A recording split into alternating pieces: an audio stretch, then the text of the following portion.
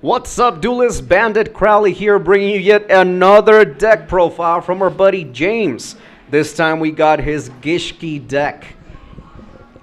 So first off, you got to play the mandatory level 10 of the deck. Gigas gets you them cool snipes off the field without targeting. Next up, one Soul Ogre. He's pretty okay. Just run one of.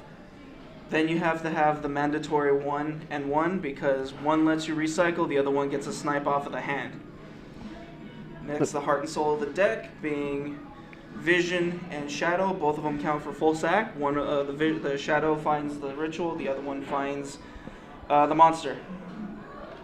Next up, Abyss for when you have trouble finding your materials to get those cards out. Beast to get you that Exceed play just in case you can't get your materials right away.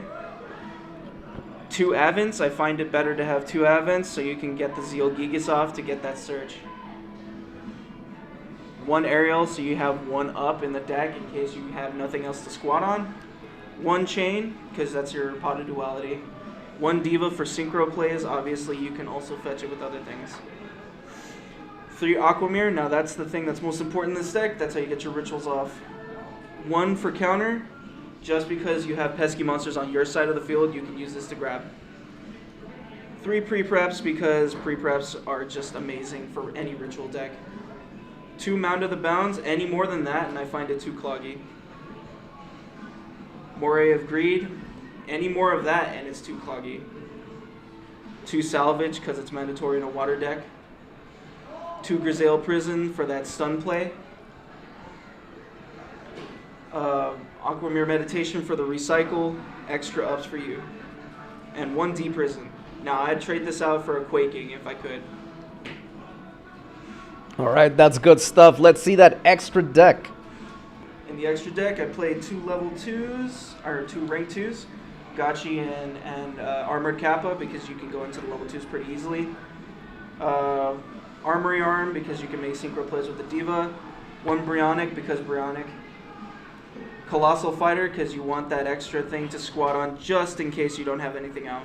Crimson Blader to cock block anything that they have. Snowdust Giant works wonders in this deck. You'd actually be surprised how useful it is in any water deck.